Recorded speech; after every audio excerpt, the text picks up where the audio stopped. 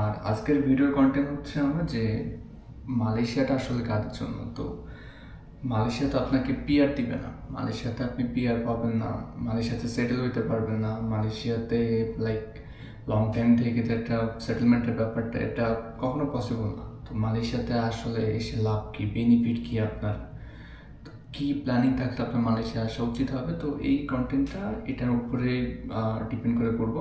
তো ভিডিও বেশি লম্বা করবো না, 2 থেকে 3 মিনিট ম্যাক্সিমাম। যাই হোক, তো মালয়েশিয়াতে যারা আসে ওদেরকে আমি 3টা ক্যাটাগরিতে ভাগ করি। প্রথম ক্যাটাগরি হচ্ছে যাদের মেইন টার্গেট স্টাডি করা, পড়ালেখা করা। তো ধরেন বাংলাদেশে আপনার রেজাল্ট ভালো আছে, আপনি পরীক্ষাতে ভালো রেজাল্ট করছেন এসএসসি ইন্টারে, তো কোনো কারণে পাবলিকে আপনার চান্স হয় না, এখন আপনাকে প্রাইভেটে পড়তে হবে। তো বাংলাদেশে প্রাইভেটে পড়তে নর্মালি 14-15 লাখ টাকা লেগে যায়, থাকা খাওয়া সব কিছু মিলায়।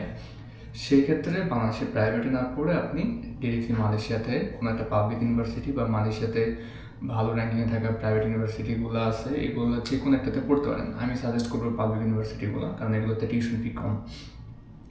তো আপনি 18-19 লাখ বা 20 লাখ টাকা খরচ করে বিশ্ব র্যাঙ্কিংয়ে প্রথম 200-র মধ্যে থাকা ইউনিভার্সিটিগুলো থেকে গ্র্যাজুয়েশন কমপ্লিট করতে পারবেন, যেটা আসলে এই বাজেটে অনেক হিউজ একটা ব্যাপার। আপনি ইউরোপ কান্ট্রিগুলোতে যান, তো আপনি এই বাজেটে এরকম ইউনিভার্সিটি পাবেন না।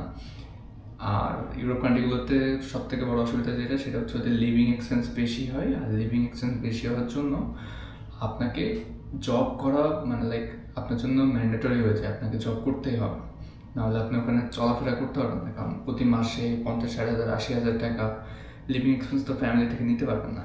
বাট মালয়েশিয়ার ক্ষেত্রে আপনার হচ্ছে মাত্র 20,000 টাকা বা 25,000 টাকা দিয়ে আপনি মালয়েশিয়াতে সুন্দর মতো চলতে পারবেন।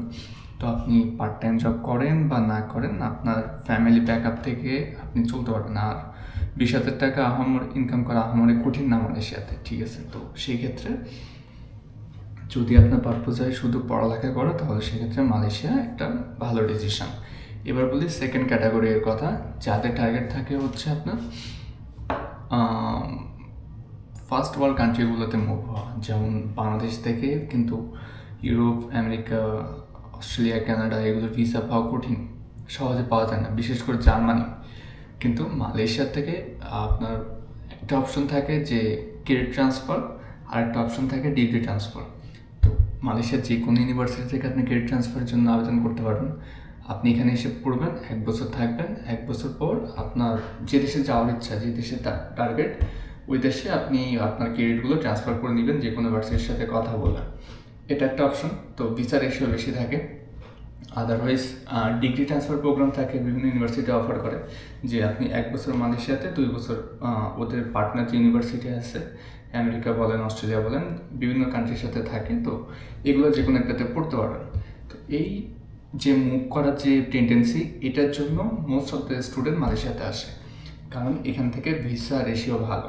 তাই বলে এই না যে আপনি 100% ভিসা পাবেন, এরকম না। আপনার হয়তোবা বাংলাদেশে থাকলে চান্স ছিল 50-50, এখানে হয়তোবা 70-30 এরকম রেশিওতে আপনি ভিসা পাবেন, ঠিক আছে।